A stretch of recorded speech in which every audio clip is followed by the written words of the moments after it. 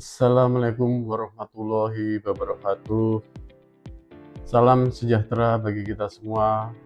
Salam Om Swastiastu, Namo Buddhaya, salam kebajikan. Perkenalkan, saya Joko Budi Raharjo, SHMM, dosen tetap pada program studi Sarjana Manajemen, Fakultas Manajemen dan Bisnis, Universitas Mitra Bangsa di Jakarta. Video ini merupakan bagian dari pernyataan diri dalam unjuk kerja Tri Dharma Perguruan Tinggi PDD UKT PT untuk sertifikasi dosen tahun 2026, khususnya pada aspek pengajaran. Pada kesempatan ini saya akan menjelaskan secara singkat mengenai mata kuliah manajemen SDM yang saya ampu. Mata kuliah MSDM merupakan salah satu mata kuliah inti pada program studi manajemen yang bertujuan membekali mahasiswa dengan pengetahuan, keterampilan, dan sikap profesional dalam mengelola sumber daya manusia sebagai aset strategi organisasi. Mata kuliah ini memiliki 3 SKS yang mengacu pada rencana pembelajaran semester atau RPS yang disusun berdasarkan pendekatan Outcome Based Education (OBE). Setiap kegiatan pembelajaran diarahkan untuk mencapai capaian pembelajaran lulusan atau CPL dan capaian pembelajaran mata kuliah atau CPMK, sehingga mahasiswa tidak hanya memahami teori tetapi juga mampu mengaplikasikannya dalam penyelesaiannya permasalahan nyata di dunia kerja. Materi yang saya sampaikan meliputi berbagai topik penting, dilaksanakan dalam 16 kali pertemuan, terdiri dari 1. Adanya konsep, ruang lingkup, fungsi, dan perkembangan manajemen SDM. Yang kedua, peran strategis MSDM dalam pencapaian visi, misi, dan tujuan organisasi. Kemudian yang ketiga, perencanaan sumber daya manusia atau Human Resource Planning. Yang keempat, analisis jabatan, desain pekerjaan, dan spesifikasi jabatan. Kemudian yang kelima, rekrutmen, seleksi, dan penempatan sumber daya manusia. Yang keenam, orientasi pelatihan, pengembangan karir, dan manajemen talenta. Kemudian yang ketujuh, manajemen kinerja serta sistem penilaian kinerja pegawai. Yang kedelapan, pelaksanaan ujian tengah semester atau UTS. Kemudian yang kesembilan, adanya kompensasi, benefit, penghargaan, dan kesejahteraan karyawan. Kemudian yang ke-10, adanya motivasi kerja, kepuasan kerja, keterlibatan karyawan atau employment agreement, dan retensi SDM. Kemudian yang 11, adanya hubungan industrial, disiplin kerja, penyelesaian konflik, serta keselamatan dan kesehatan kerja atau K3. Kemudian yang ke-12, pengembangan organisasi, budaya organisasi, dan manajemen perubahan. Ke-13, Digital Human Resource Management atau Digital HRM, Human Resource Information System atau HRIS, dan transformasi digital dalam pengelolaan SDM. Kemudian yang ke-14, adanya isu strategi dan tren terkini MSDM yang meliputi keberagaman tenaga kerja, keberkelanjutan, kecerdasan buatan atau AI, analistik, SDM, HR analistik, serta tantangan global. Kemudian yang ke-15, analisa kasus dan penerapan konsep MSDM dalam penyelesaian permasalahan organisasi. Kemudian yang ke-16, terakhir adanya pelaksanaan ujian akhir semester atau UAS. Selain menggunakan metode ceramah interaktif untuk memberikan landasan konseptual, saya juga mengkombinasikan dengan diskusi kelompok, studi kasus, presentasi, problem based learning, project based learning, simulasi, serta pembelajaran kolaboratif. Pendekatan ini bertujuan untuk meningkatkan kemampuan berpikir kritis, komunikasi, kolaborasi, kreativitas, serta kemampuan pemecahan masalah mahasiswa. Untuk mengukur ketercapaian pembelajaran ini, saya menerapkan penilaian yang bersifat komprehensif dan berkelanjutan. Kemudian kehadiran dan partisipasi aktif, penugasan individu, tugas kelompok, persentif, analisis studi kasus, kuis, ujian tengah semester, serta ujian akhir semester. Sedangkan bobot penilaian yang kami berikan adalah 10% untuk kehadiran, tugas 15%, kuis 15%, ujian tengah semester atau UTS 30%, dan terakhir ujian semester akhir atau UAS sebesar 30%. Metode pembelajaran kami laksanakan secara blended learning dengan kombinasi antara pertemuan tatap muka dan daring. Pemanfaatan teknologi pembelajaran melalui learning management sistem atau LMS, media presentasi interaktif, video pembelajaran, aplikasi kolaborasi daring, serta berbagai platform digital yang mendukung proses belajar mengajar. Selanjutnya, Anda akan menyaksikan cuplikan proses pembelajaran saya bersama mahasiswa di kelas pada sesi kelima mengenai rekrutmen, seleksi, dan penempatan SDM.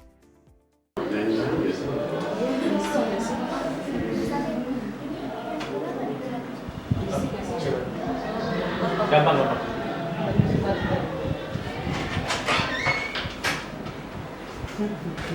Lagi ujian.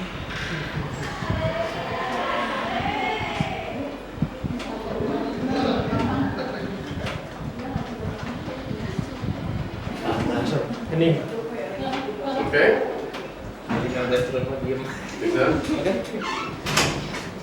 Assalamualaikum warahmatullahi wabarakatuh. Waalaikumsalam warahmatullahi wabarakatuh. Selamat pagi. Apa kabar teman-teman semua? Sehat ya, sehat, semangat. Kita coba lanjut perkuliahan dari sesi minggu lalu. Kita coba lanjutkan di bab 5 pada pagi hari ini. Namun sebelum kita mulai perkuliahan, saya harap teman-teman untuk absensi dulu.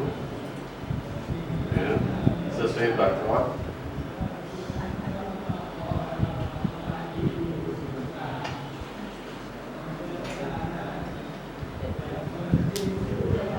Ya, nanti coba absen sesuai di barcode, silakan. Kita mau absensi.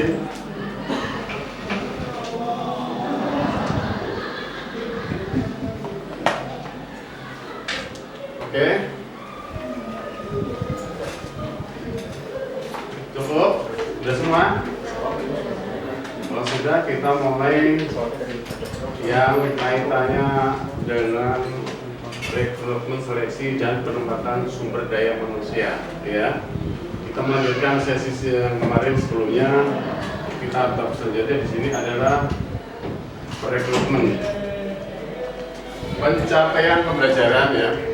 Pembelajaran pertumbuhan ini mahasiswa diharapkan mampu untuk memahami, menganalisa konsep dan fungsi MSDM serta praktek rekrutmen selesai seleksi dan penempatan calon karyawan diantaranya sebagai berikut. Tolong perhatikan ya. 1. Diharapkan nanti mahasiswa dapat menjelaskan konsep rekrutmen, seleksi, dan penempatan calon karyawan. Itu yang pertama. Kemudian yang kedua, mahasiswa diharapkan untuk mengidentifikasi tahapan staffing. Yang ketiga, menganalisis metode rekrutmen dan seleksi. Kemudian yang keempat, mengevaluasi faktor keberhasilan penempatan. Kemudian yang terakhir adalah memberikan solusi atas permasalahan staffing dalam suatu organisasi. Ini adalah suatu capaian pembelajarannya. Kemudian kita lanjut kaitannya dengan mengapa staffing penting. Karena keberhasilan organisasi sangat dipengaruhi oleh kualitas SDM yang dimiliki. Ya, proses staffing merupakan satu langkah awal dalam memastikan perusahaan memperoleh suatu individu potensi, motivasi, dan karakter sesuai dengan kebutuhan pekerjaannya. Nanti. Kemudian fungsi atau manfaat staffing itu apa? Itu ya, coba kami jelaskan. Yang pertama adalah memperoleh talenta yang terbaik. Yang pertama. Kemudian yang kedua, meningkatkan produktivitas organisasi. Yang ketiga, mengurangi biaya akibat salah rekrutmen. Yang ketiga, kemudian yang keempat adalah untuk meningkatkan kepuasan kerja karyawan. Jadi karyawan itu dibikin supaya puas, supaya betah dan bertahan ya. Kemudian kelima, mendukung pencapaian tujuan organisasi secara berkelanjutan. Itu manfaat fungsi dari staffing gitu. Nah, sekarang kita belum tahu apa staffing. Nah, kita lihat di sini. Definisi dari staffing itu adalah proses untuk memperoleh, memilih, dan menempatkan tenaga kerja yang sesuai dengan kebutuhan jabatan. Jadi contohnya, kalau kita mau rekrutmen karyawan untuk bagian accounting, finance, ya, ada yang tahu accounting, finance itu bagian apa? Keuangan. Mungkin nggak kita rekrutmen mahasiswa yang lulusan dari teknik. Nah, itu maksudnya jadi ada korelasi hubungannya. Jadi kalau kita butuh bagian accounting, tentu orang keuangan ya, accounting atau sarjana ekonomi ya. Jadi demikian, jadi ada hubungannya, kaitannya, itu yang pertama. Kemudian tahapan staffing itu apa? Yaitu meliputi yang pertama adalah analisis kebutuhan tenaga kerja yang pertama. Kemudian yang kedua adanya rekrutmen calon karyawan, tahapannya ya. Yang ketiga, ada seleksi kandidat terbaik. Semua diseleksi ya, kandidat yang beberapa kan ada setumpuk satu perusahaan. Ada seleksi yang tahapannya apa mungkin pelajari. Kemudian penempatan pada jabatan yang sesuai. Kemudian yang kelima, ada orientasi sebagai awal proses adaptasi. Itu adalah tahapan-tahapan dari staffing ya. Kita buat sesi tanya jawab.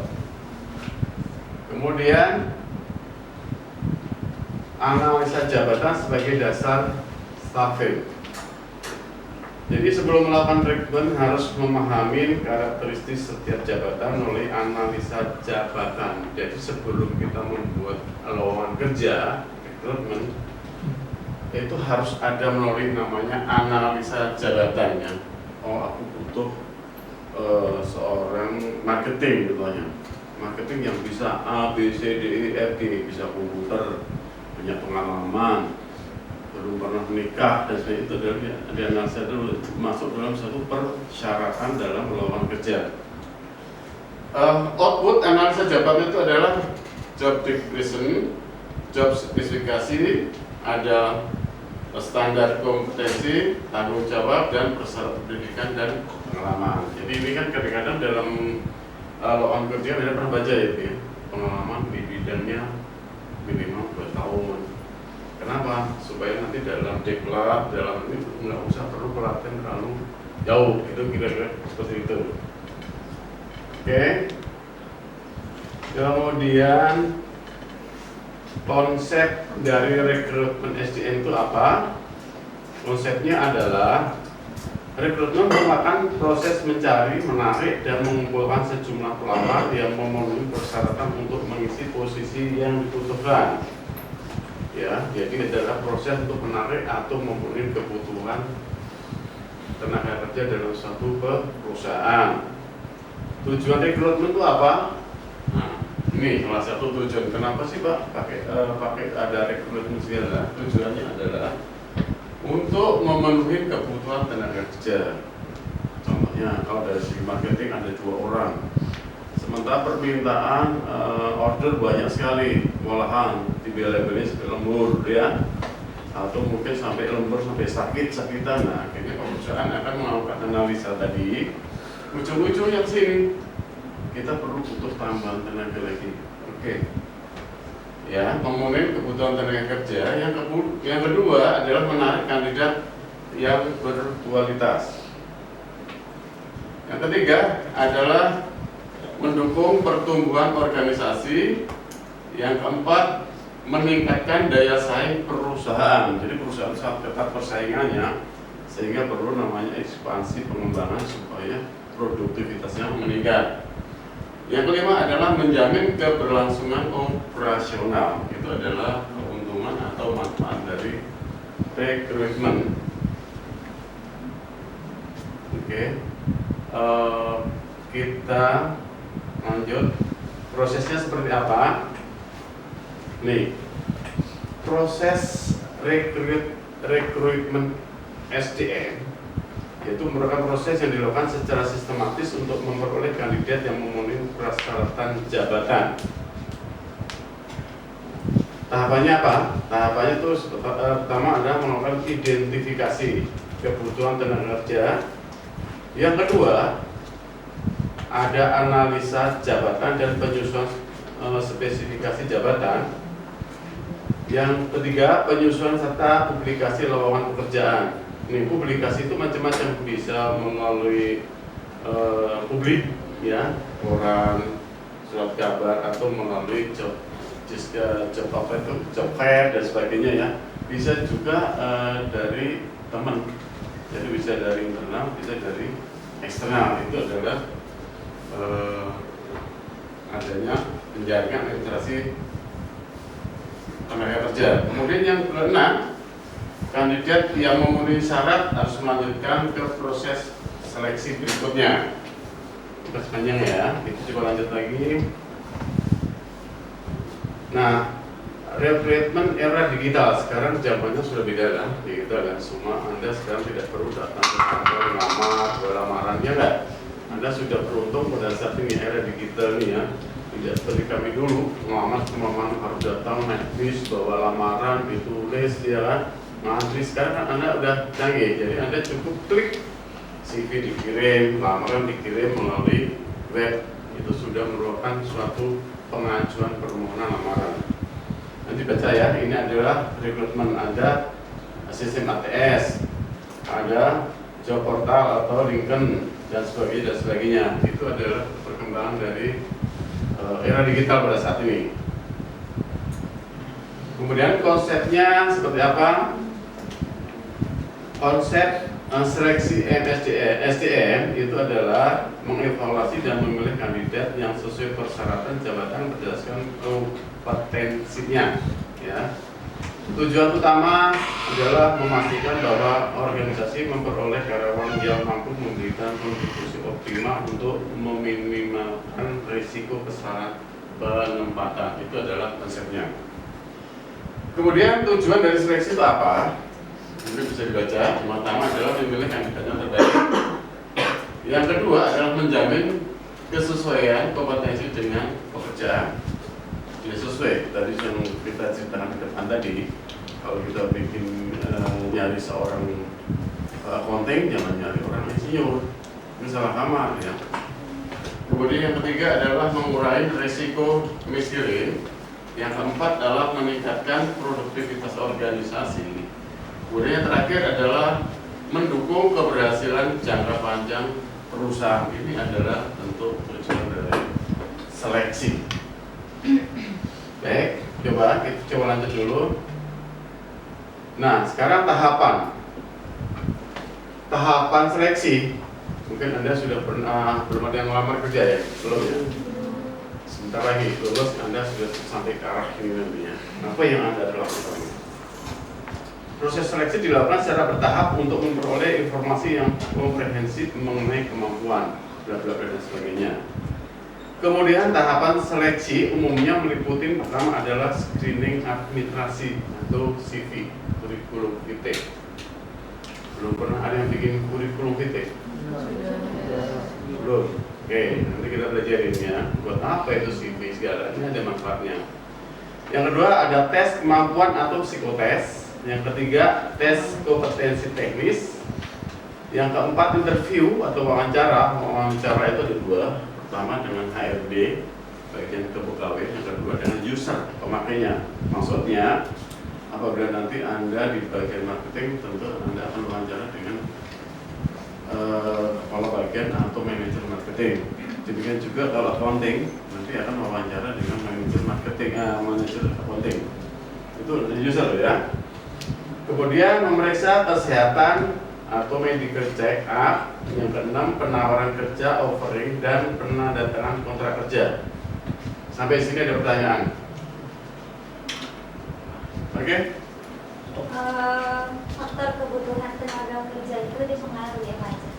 Oke. Faktor kebutuhan tenaga kerja. Mungkin dalam satu karyawan itu muncul satu kebutuhan tersendiri ya. Contohnya, suatu perusahaan, ini perusahaan A, ini mengenai overload, order, ya, sehingga dia untuk kebutuhan tenaga kerja tidak memungkinkan lagi. Pabrik contohnya, pabrik motor Honda contohnya. Wah, permintaan banyak banget, sebenarnya tenaga kerja terbatas. Mau tidak mau mereka melakukan apa? Ekspansi pengembangan. Akhirnya mereka buka pabrik lagi, buka unit lagi, buka ekspansi. Akhirnya ini membutuhkan apa? Butuh namanya SDM, butuh tenaga kerja baru lagi. Ini salah satu faktor kebutuhan tenaga kerja. Ya, adanya ekspansi karena kebutuhan peningkatan produksi atau permintaan barang. Kemudian selain itu ada juga mungkin dalam satu perusahaan ada yang pensiun, ya kan? Ada pensiun sehingga ada kosongan tenaga kerja. Ada suatu perusahaan yang karyawan meninggal, ya kan? Otomatis meninggalkan ada kekosongan. Ada juga, Anda bisa jawab, karyawan yang mengundurkan diri. Nah, itu dari kekosongan ya. Ada juga karyawan yang di PHK. Itu adalah faktor-faktor yang mempengaruhi adalah kebutuhan tenaga kerja dalam satu perusahaan. Jadi pertama adanya ekspansi, pengembangan perusahaan, adanya peristiwa kematian, adanya suatu PHK, pensiun ataupun PHK. Itu ada beberapa faktor yang mempengaruhi adanya kebutuhan tenaga kerja dalam satu perusahaan. Paham ya? Itulah kira-kira. Oke, kita coba lanjut lagi. Metode seleksi SDM. Setiap organisasi menggunakan metode seleksi yang berbeda sesuai karakteristik pekerjaan dan kompetensinya. Ya. Penggunaan lebih dari satu metode akan meningkatkan validitas hasil seleksi sehingga keputusan penilaian menjadi lebih objektif dan akurat. Ya, lebih akurat. Itu adalah kalau gabungan lebih dari satu. Metodenya apa saja, Pak? Ini kita baca. Metode adalah seleksi SDM adalah interview atau wawancara. Yang kedua psikotes atau tes kemampuan kognitif. Ya, jadi wawancara dulu. Kalau udah wawancara mungkin minggu depan baru panggil lagi. Kalau wawancara lulus, sekarang nggak lulus ya sudah. Ya, jadi lu tahap-tahapannya seperti itu metodenya. Kemudian ada praktek kerja, work sample, assessment center, behavior event interview, ada tes berbasis teknologi atau assessment. Itu adalah beberapa metode seleksi yang biasa digunakan. Ya. Kombinasi beberapa metode tersebut biasanya menghasilkan keputusan seleksi yang lebih baik. Ya, kalau ada lebih gabungan lebih. Kita coba lanjut lagi. Konsep penempatan SDM, ya. Penempatan merupakan proses penugasan karyawan pada jabatan yang sesuai dengan kompetensi, pendidikan, pengalaman, minat, dan potensi yang dimiliki. Penempatan. Jadi kalau seandainya ada beberapa karyawan baru, ya, karyawan baru, contohnya yang satu lulusan sarjana hukum, yang satu lulusan sarjana ekonomi, yang satu teknik. Tentu mereka ditempatkan masing-masing bidang. Kalau di pabrik, orang teknik, itu betul orang lapangan, ini bagian produksi. Kalau orang hukum di bagian apa? Legal atau bagian hukum, atau HRD. Hanya ada korelasi hubungan disiplin ilmunya. Kalau orang ekonomi lari ke keuangan. Itu biasanya penempatan itu sesuai dengan ilmu pengalaman bidang masing-masing. Itu adalah konsep penempatan. Jangan sampai nanti orang teknik dimasukin di accounting, masuk nggak berantakan nanti pencatatan keuangannya ya. Itu nanti fungsi dari konsep penempatan SDM. Faktor yang mempengaruhi penempatan SDM itu apa? Yaitu pertama ada kompetensi dan keterampilan ya. Jadi kalau keterampilan dia orang bengkel, ditaruh di bagian mesin, jangan di bagian administrasi, sayang ya. Demikian juga kalau pintar itu hitungan, di bagian marketing saya dimasukin ke keuangan. Sudah keahlian dan bidang ilmuwan yang dia miliki masing-masing itu adalah faktor yang mempengaruhi penempatan. Kemudian ada pengalaman kerja. Nih, kalau Anda pengalaman kerja di marketing, tentu Anda sudah bicaranya pintar, ngerayunya pintar, ada ditambahkan di bagian depan supaya dapat pelanggan-pelanggan yang banyak. Itu adalah sesuai dengan bidang pengalamannya. Kemudian yang keempat ada minat dan bakat. Kelima ada kepribadian serta nilai individu. Ya. Yang keenam ada budaya organisasi. Yang ketujuh ada kebutuhan strategis perusahaan. Ini adalah faktor yang mempengaruhi antara penempatan sumber daya manusia. Baik. Sekarang tantangannya apa? Rekrutmen itu semua proses itu mempunyai tantangan ya. Tantangan rekrutmen, seleksi dan penempatan itu di era digital itu ya ada satu, adanya kekurangan talenta. Ya, itu ada tantangan. Yang kedua, kesenjangan keterampilan. Yang kedua, yang ketiga, ada pemanfaatan artikel intelijen atau AI. Wajar lu sekarang udah lulus ya sudah, ya. Jadi lu tahap-tahapannya seperti itu metodenya.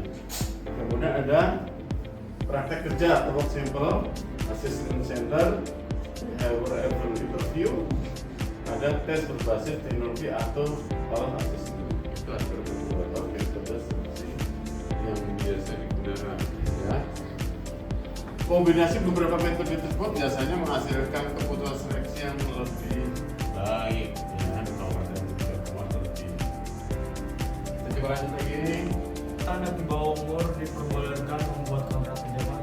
Nah, ini pertanyaan bagus, perhatikan. Jelas? Jadi anak di bawah umur tidak diperkenankan atau tidak diperbolehkan oleh undang-undang membuat kontrak kerja. Bukan kontrak kerja, kontrak apapun itu sudah dilarang oleh undang-undang. Paham? Oke. Saya kasih kesempatan satu lagi yang bertanya.